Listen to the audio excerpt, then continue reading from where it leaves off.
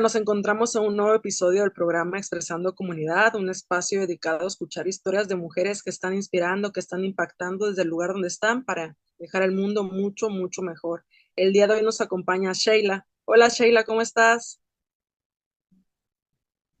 Hola, Alma, muy bien. Muchísimas gracias por la invitación y también pues por el poder estar en este espacio donde pues es una plataforma para conocer a más mujeres que están pues tratando de cambiar las cosas o de dejar un granito dentro de todo este asunto social que estamos viendo hoy en día.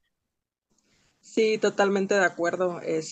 Yo creo que precisamente te platicaba este espacio, es pues para escuchar pues todas estas historias de mujeres que sin importar la edad, la profesión, la condición social o económica, pues están compartiendo pues toda su sabiduría, ¿no? Que es muy importante y yo siempre lo he dicho, todas nuestras historias son sobresalientes. Oye, pues fíjate que me gustaría comenzar este programa con una pregunta que es como la pregunta de cajón porque creo que es una pregunta muy personal y que pues depende de la perspectiva con que una mire la vida, ¿no? Y la pregunta sería, ¿qué es lo que a ti te hace sentir feliz como mujer? O sea, ¿qué es lo que te da plenitud en la vida?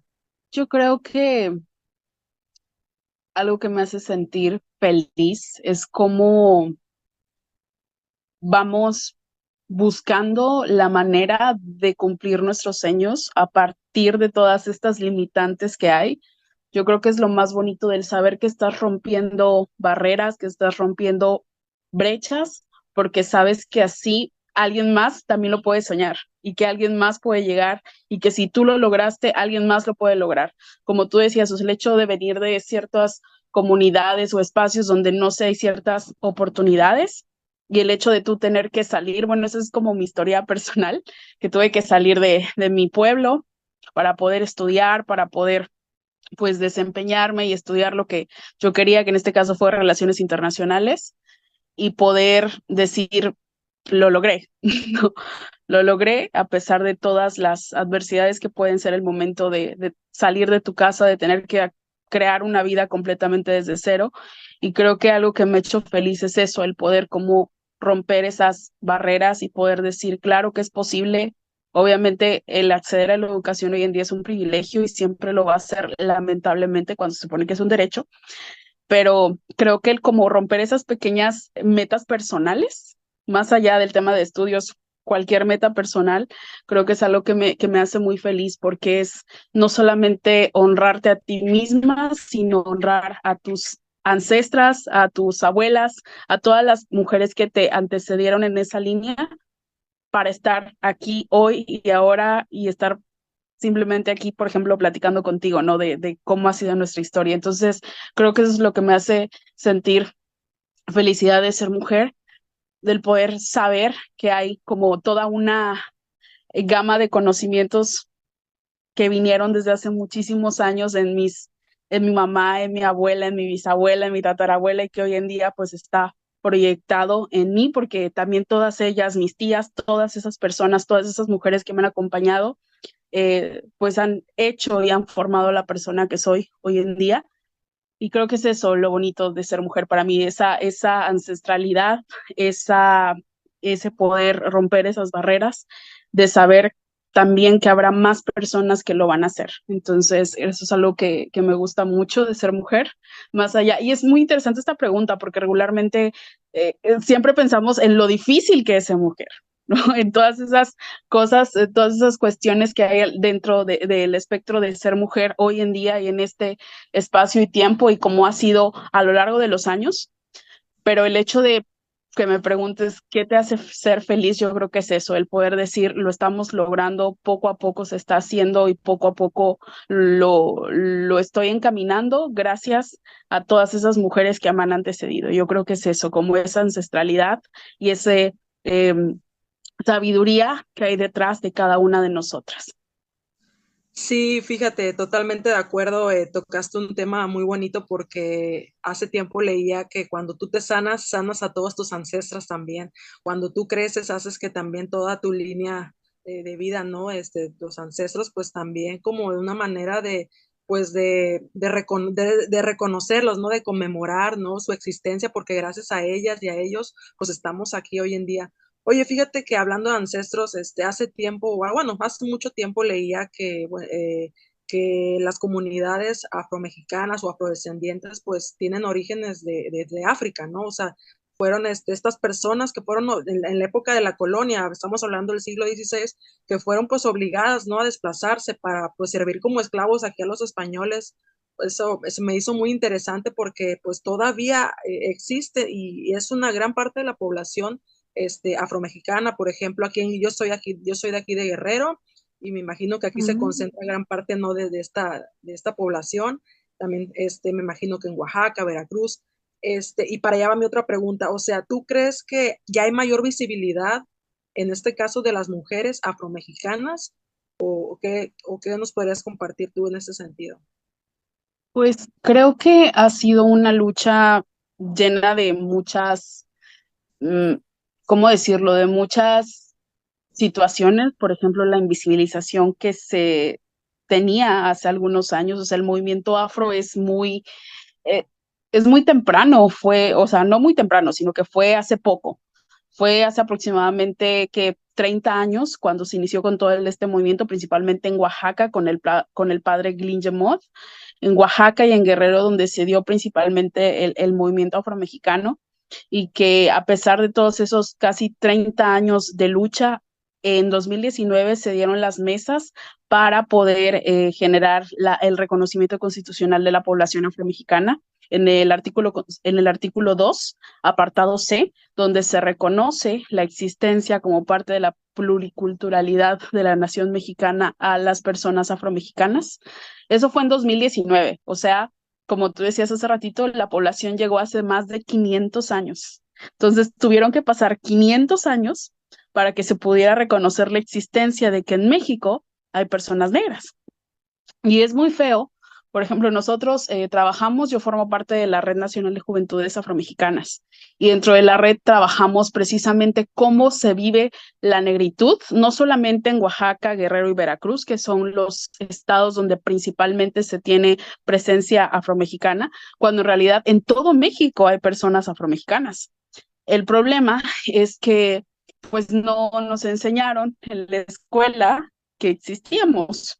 Simplemente fue esta visión del bonito mestizaje, donde decían, ah, bueno, pues somos una nación construida por un mestizaje y a partir de esto se generó la bonita identidad mexicana, ¿no?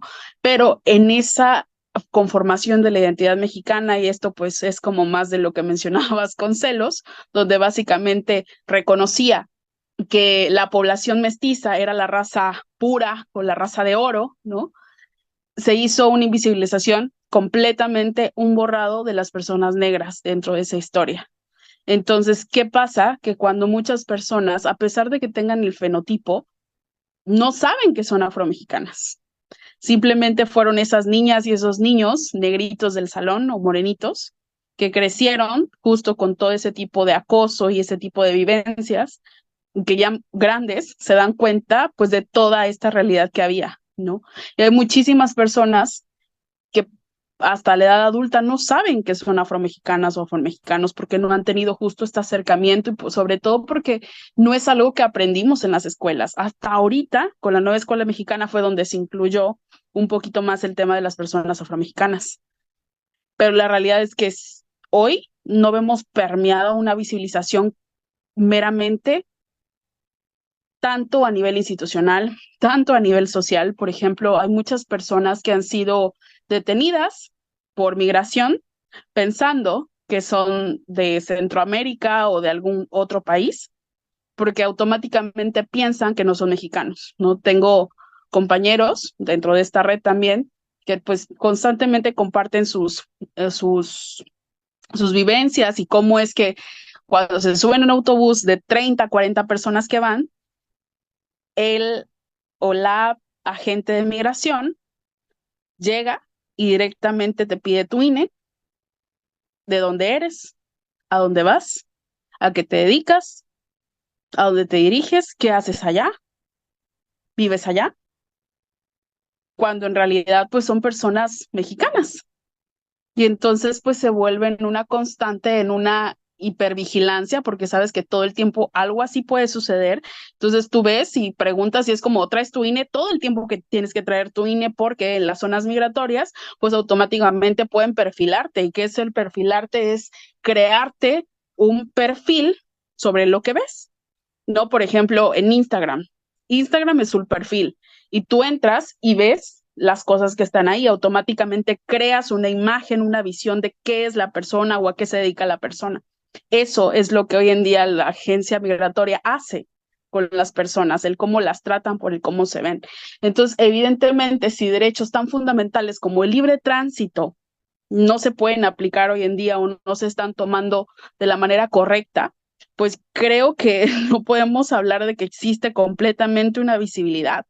Claro que se está teniendo, claro que se está luchando, es muy reciente, desde 2019 apenas que 4 o 5 años, pero la realidad es que todavía falta muchísimo que hacer porque la población no está sensibilizada, no sabe que las personas negras están en México y que no precisamente todas son personas que acaban de emigrar hace 5, 10 años, sino que están aquí desde hace más de 500 años. Y es bien feo ver que este tipo de situaciones pueden trascender hasta actos de odio. No sé si recuerdas en pandemia cuando pasó todo este tema de George Floyd en Estados Unidos, que se hizo como Sí, muy viral lo de Black Lives Matter y todo. En total, sí. Puebla, que es donde yo radico, tuvimos esta situación. En Puebla, hace un año aproximadamente, un chico le hacía bullying a otro chico, lo acosaba porque era negro.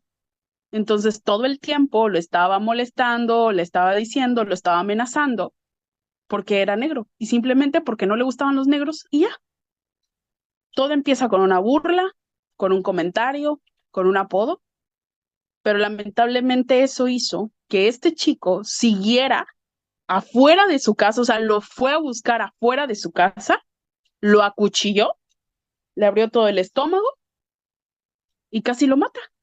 O sea, el chico estuvo días internado, ¿no? Afortunadamente sobrevivió, pero ¿qué hubiera pasado si lo mataban? ¿No? Entonces hoy entendemos que no solamente la discriminación y el racismo se permea en el cómo nos relacionamos, sino hasta cómo damos valor a ciertas personas y el cómo inclusive por el creer que una persona es diferente a otra, te se dan el derecho de poder atentar hasta contra su vida.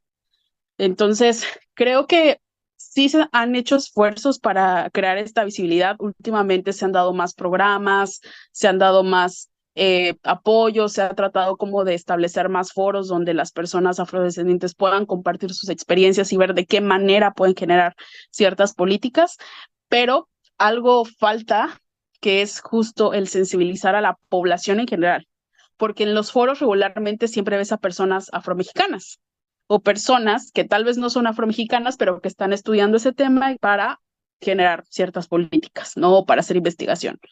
Pero no hay esa transmisión de conocimientos a la población en general. Si la población en general no sabe la existencia de las personas afromexicanas, ¿cómo vamos a poder detener o cómo vamos a poder hacer que esta prevalencia de discriminación disminuya en todos los espacios? Entonces creo que también tenemos que enfocarnos en eso, que en los espacios para hablar de racismo, pues no solamente tienen que estar las personas que viven el racismo, sino también las personas que lo ejercen, para que puedan entender la magnitud de estos hechos, como el caso que te comentaba.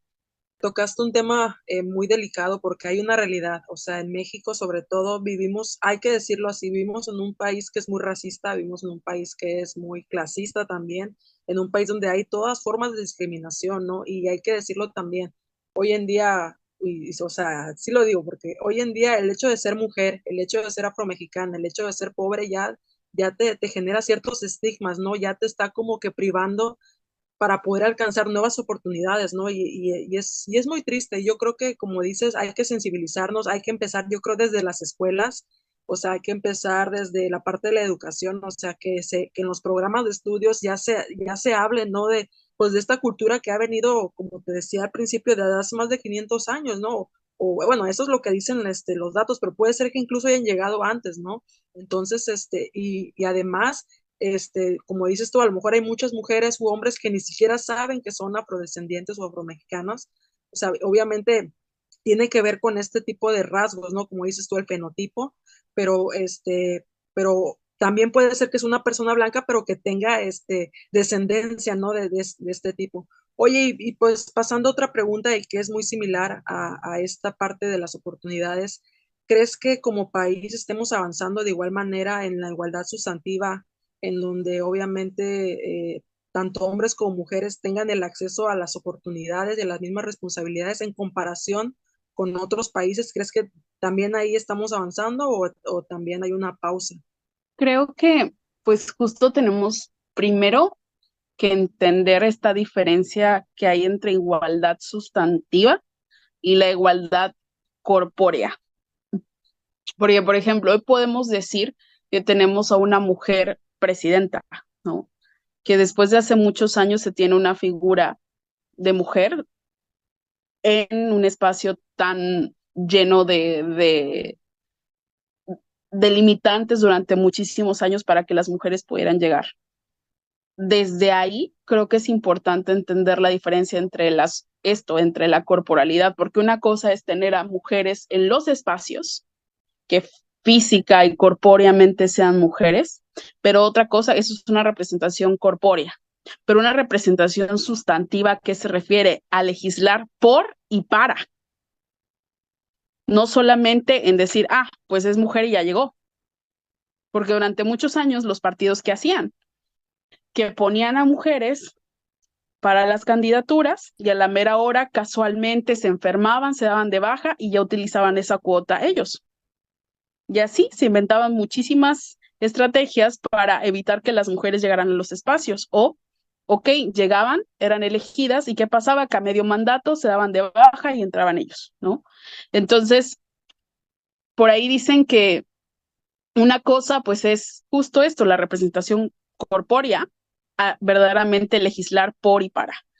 Entonces, tomando en cuenta eso, la igualdad sustantiva como tal, creo que tiene que ser construida a partir de estos enfoques.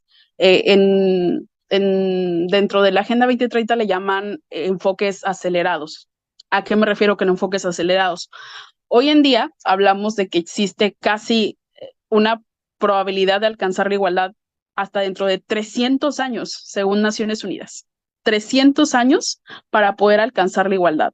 Lo poco que se había avanzado retrocedió a partir de la pandemia, porque en la pandemia se dieron mayores casos de violaciones, mayores casos de violencia, mayores casos también de deserción escolar, de deserción laboral, ¿no? Entonces, todas esas pocas cosas que se habían logrado con la pandemia se vinieron abajo, lamentablemente. Entonces, eso lamentablemente hace que hasta dentro de 300 años podamos decir que va a existir una igualdad, que eso no es algo completamente asegurado porque no sabemos si vamos a hacerlo de la misma forma o acelerada. Entonces, al tratar los enfoques acelerados, que podemos decir es tratar, por ejemplo, de entender que sí, se va a hacer algo por y para, pero necesita tener un enfoque específico que abarque varios sectores. Por ejemplo, generar programas, como tú lo decías hace rato, para el desarrollo de niñas en comunidades que tienen ciertas carencias de servicios económicos, servicios de salud, para poder generar, no sé, proyectos para que puedan acceder a la educación y a la vez generar autoempleo, no sé, algo así.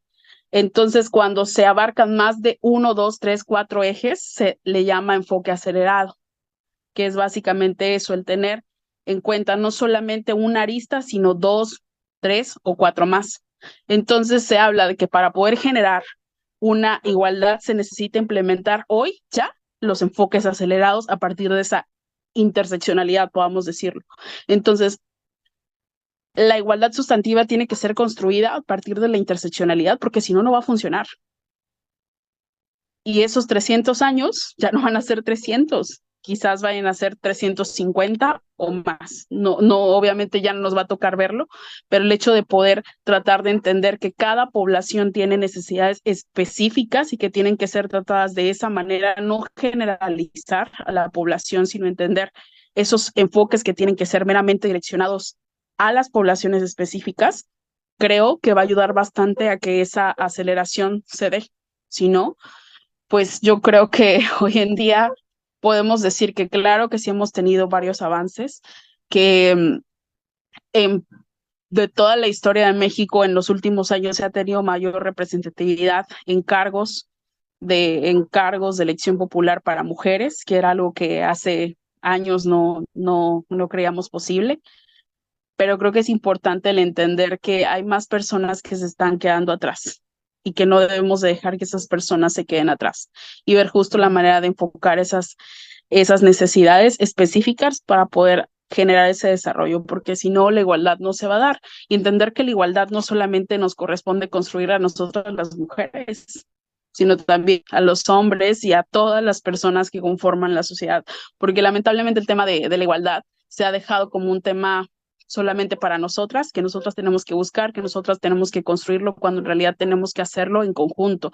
Tú lo decías, la educación es muy importante, pero la educación siempre, y esto algo en mi trabajo es algo que menciono mucho, que la educación no solamente se da en la escuela. Hay esta frase de que la escuela es nuestra segunda casa, ¿no? Pero la casa es nuestra primera escuela. Entonces tenemos que empezar justo a entender la importancia de poder generar este cambio desde nuestras casas, desde los espacios más cercanos, para poder generar un impacto verdadero, porque si no, las situaciones se van a ir replicando. Vivimos constantemente en una sociedad machista y el machismo es porque justo es lo que aprendimos y simplemente a veces replicamos, pero a veces ni siquiera nos sentamos a cuestionarlo, ¿no? Entonces, mientras exista todavía esta visión machista sobre muchas cosas, pues va a ser también difícil romper estas brechas de desigualdad. Sí, nuevamente de acuerdo contigo. Creo que es importante como que ir de alguna manera entendiendo que todavía estamos en un sistema patriarcal, ¿no? O sea, todavía nos encontramos pues en porque hay que decirlo, los hombres no son los enemigos, el enemigo es el machismo, ¿no?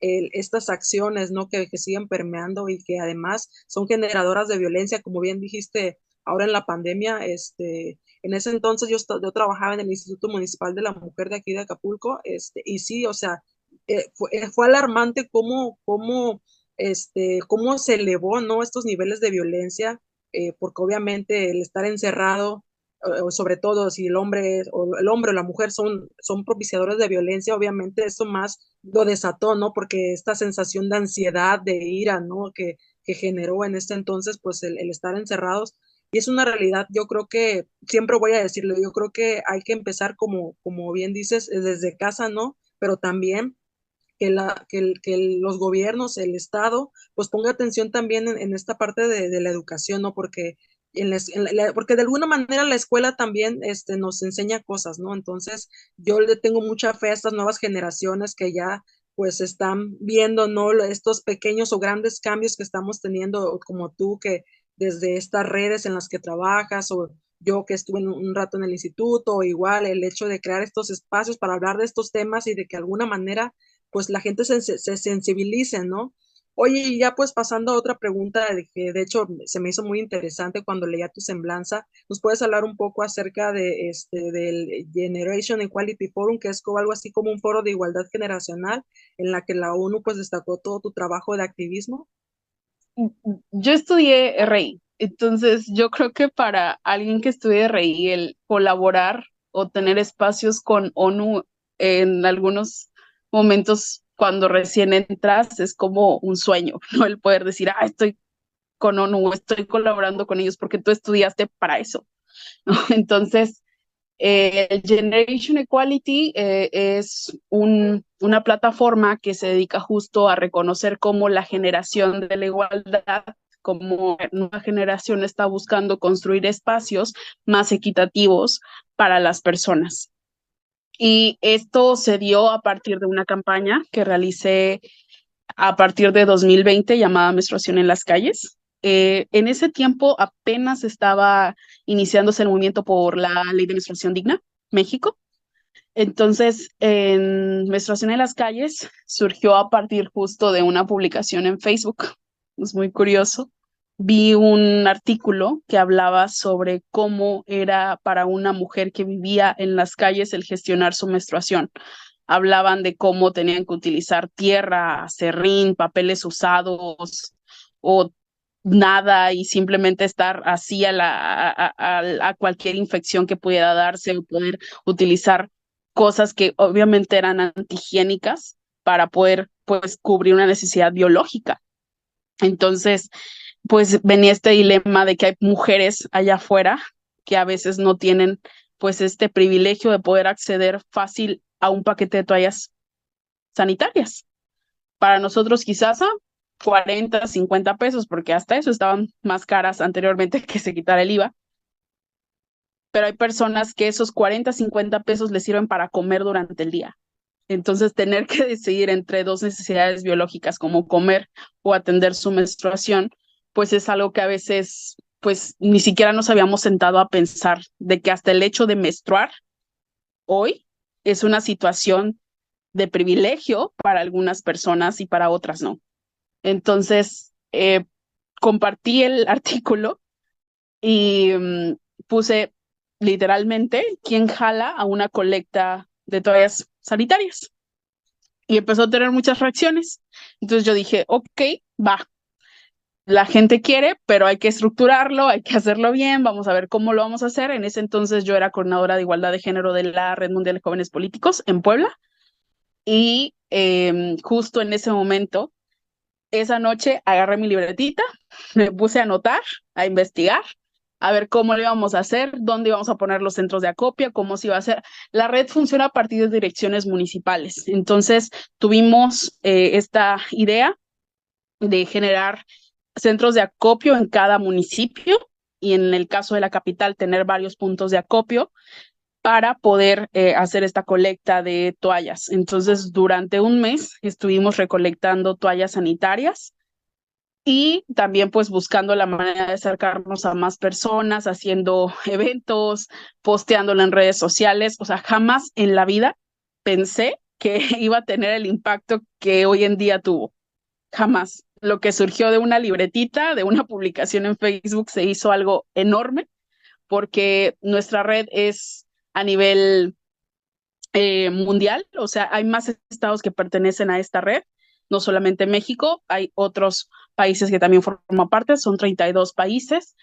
Y también aquí en México, pues tenemos sedes en los 32 estados de la República. Entonces, cuando los demás equipos vieron el impacto que había tenido esto en Puebla, porque esto no solamente fue el llegar y llevar las donaciones, o sea, tratamos de hacerlo de una manera integral, no solamente de llegar y donar, sino también fuimos a refugios, fuimos a instancias, hablamos sobre salud menstrual con las personas menstruantes y mujeres, hablamos sobre el tema de cómo generar estos cuidados, de cómo llevar pues una menstruación digna. También buscamos que se introdujera la ley de educación menstrual en el estado de Puebla. Se logró.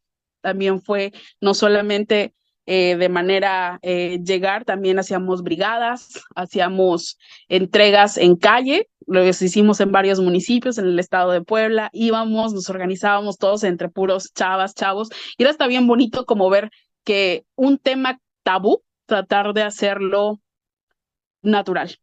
Literalmente eso, porque al principio recuerdo que cuando sacamos la iniciativa, unas personas decían, ay, pero ¿cómo le vas a poner así? Ponle, no sé, latiendo juntas o algo más suave.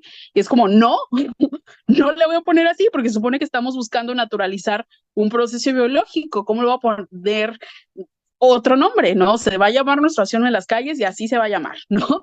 Entonces, era bien padre, o sea, ver a todo el equipo cargando las cajas de toallas sanitarias, o sea, ver a los hombres afuera entregando las toallas y todo esto, hasta muchas personas les llamaba la atención en la calle y decían, ay, o sea, ¿cómo un hombre va a traer? O sea, inclusive hasta romper pues esta brecha, lo que te decía hace ratito, o sea, de que la igualdad se construye entre todas las personas, ¿no?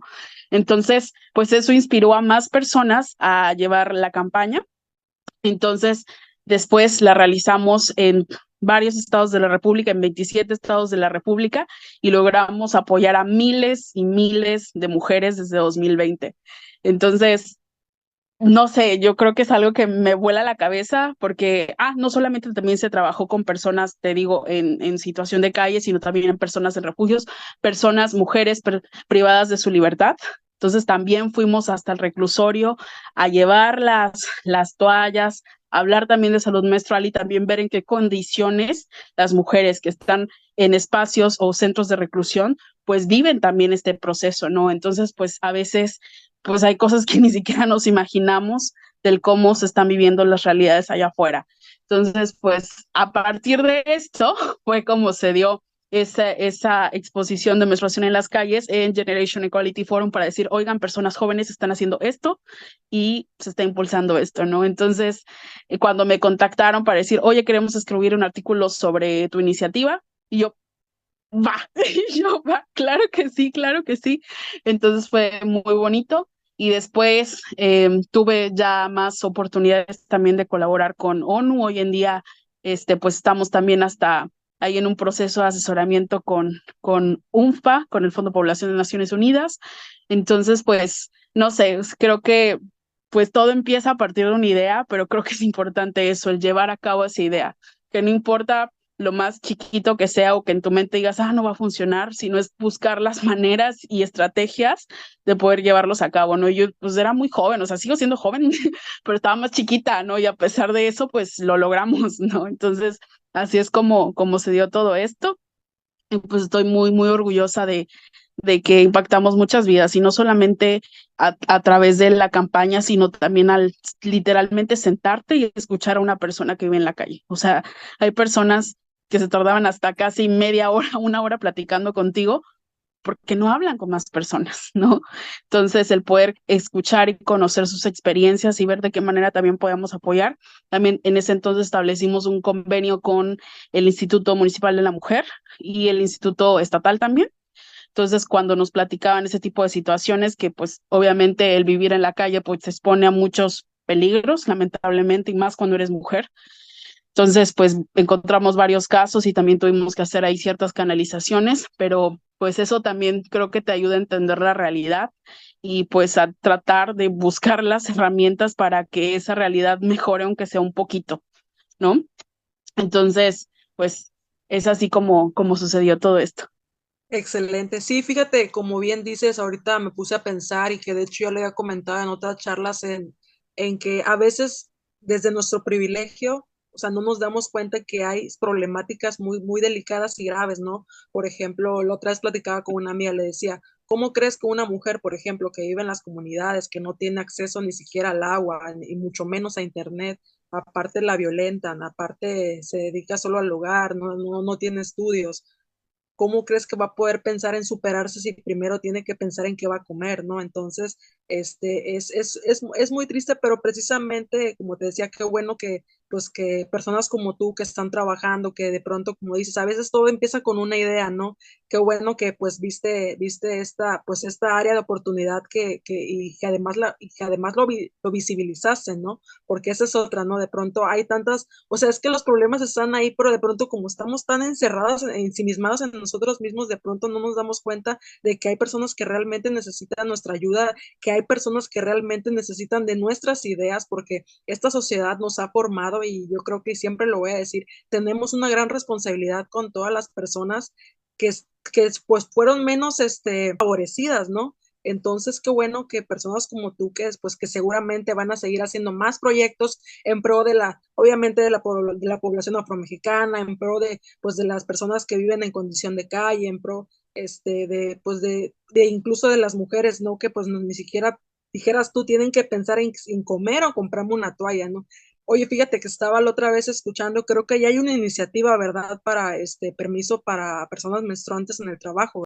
Sí, es algo que ya se planteó y te digo, es como muy bonito ver cómo, te digo, una idea o algo genera como un boom en varias aristas. Cuando inició menstruación en las calles, todavía no existía la ley de menstruación digna en México, todavía no estaba ese proceso. Fue unos meses después. Entonces, el hecho de que también en ese momento estuviera en boga el tema de la ley menstrual nos ayudó bastante porque contactamos también a Menstruación Digna México, tuvimos ahí un acercamiento y también ellas como que nos dieron algunos tips para poder como llevar la campaña y, y creo que eso ha ayudado muchísimo porque hoy en día más personas y más organizaciones y más gente se está involucrando en el tema menstrual y buscando mejores condiciones para las personas menstruantes. Entonces, creo que, como te digo, o sea, al final esto también es como algo muy importante, o sea, desde no solamente aborcarlo en el reducir el IVA de que se tiene hoy en día en las toallas, que se logró afortunadamente este proceso, porque, y era horrible ver inclusive cuando se sacaban todos estos artículos sobre la ley de menstruación digna, a personas comentando así, ay, pues si ya le quieren bajar el IVA a las toallas, ¿por qué no también le bajan a los condones para nosotros? Y así, o sea, como cosas bien raras, o sea, como que lo descontextualizaban horriblemente. O sea, también el tema de los condones está bien, pero eran como hombres tratando de también ser como protagonistas El de centro de algo que no atención, están ¿no? viviendo, exacto.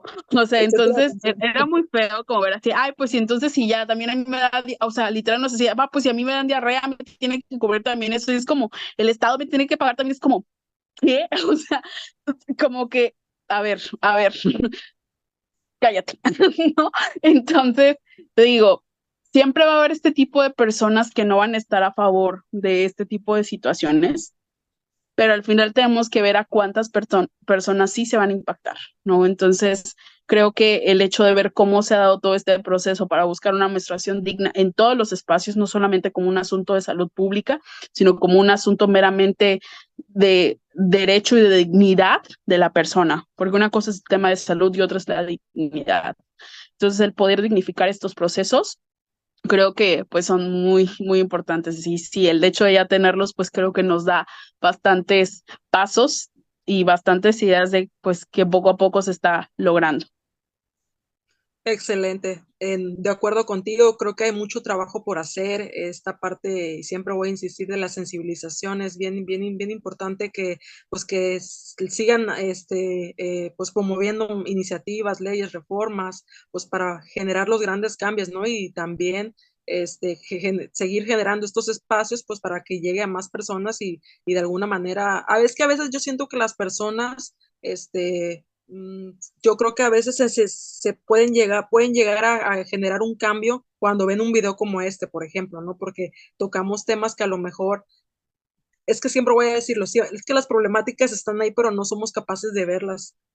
A veces necesitamos que personas como tú como que nos orienten y nos digan, mira, ¿sabes qué está esto? Y te aseguro que hay mucha gente que ni siquiera se pone a pensar en la gente que vive en condiciones de calle, ¿no? O sea, yo, la verdad, o sea, ni siquiera, o todos los problemas por los que pueden atravesar. Entonces es importante, pues, seguir hablando de estos temas. Oye, pues ya para finalizar esta charla tan constructiva, pues un mensaje que te gustaría regalarle a las mujeres que nos vayan a escuchar. Pues yo creo que algo que tenemos que recalcar en este mundo como del activismo es que no olvidemos que al final seguimos siendo humanas, ¿no? Algo que nunca me va a gustar y que nunca he compartido y que siempre voy a defender es el hecho de que a veces se ve a las personas que están metidas en temas sociales, que no pueden quebrarse, que no pueden sentirse mal, que no pueden descansar, cuando es algo necesario para poder seguir construyendo y poder seguir haciendo lo que sea que estés desempeñando. Creo que el descansar, el darte ese espacio para ti, para recargarte de energía es muy importante y no sentirnos mal por hacerlo, porque a veces estamos tan acostumbradas a tener que estar así todo el tiempo, porque a veces es así, o sea, hay días en los que ni siquiera comes, en los que estás todo el día trabajando y moviéndote de allá para acá y viendo qué hacer y moviendo acá y viendo allá y todo, que nos olvidamos de nosotras mismas y tocamos fondo. Y es muy feo llegar a ese punto. Entonces, siempre, a pesar de todas estas cosas que tenemos que realizar, tratar de darnos un espacio mínimo para nosotras y descansar cuando es necesario, porque eso nos repone y eso hace que podamos seguir generando. Por ahí leí una vez pasada que dentro del budismo tienen como esta sensación de que tienes que compartir tu energía, pero no toda porque si regalas toda tu energía no te va a quedar nada.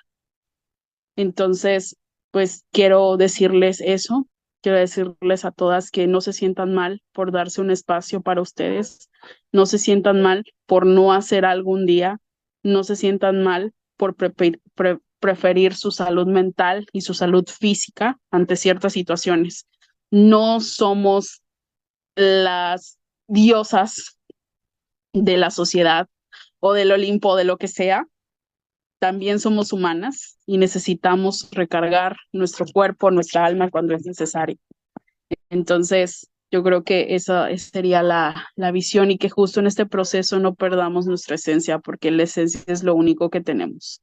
Y a veces estos espacios son muy duros y es bien feo, como decía por ahí Rita Segato, que a veces inclusive nos masculinizamos en los procesos, y eso también está un poco feío. Entonces, pues eso, el guardar esa esencia y tomar ese respiro cuando es necesario.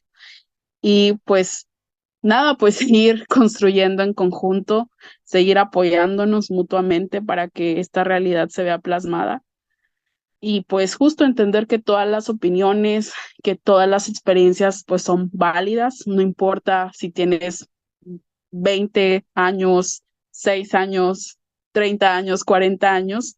Creo que todas hoy en día la brecha generacional es algo que ya no debe de limitarnos para poder decir o reconocer la capacidad de alguien, porque mientras tengas justo esas herramientas y esas ganas de hacer las cosas, creo que vale muchísimo la pena. Entonces, pues yo creo que ese sería el mensaje final, y pues agradecer obviamente el espacio.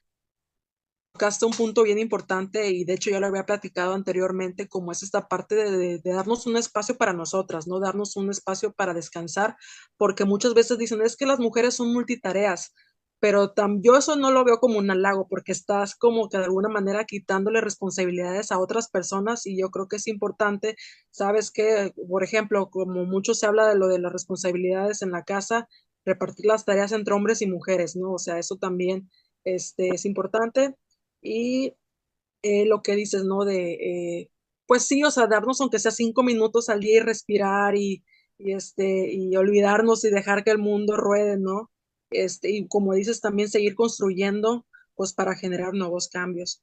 Pues quiero agradecerte por la charla, espero nos volvamos a encontrar en algún otro momento y me cuentes de tus nuevos proyectos, porque se ve que vas a seguir trabajando en cosas nuevas, y pues cuando quieras aquí estamos.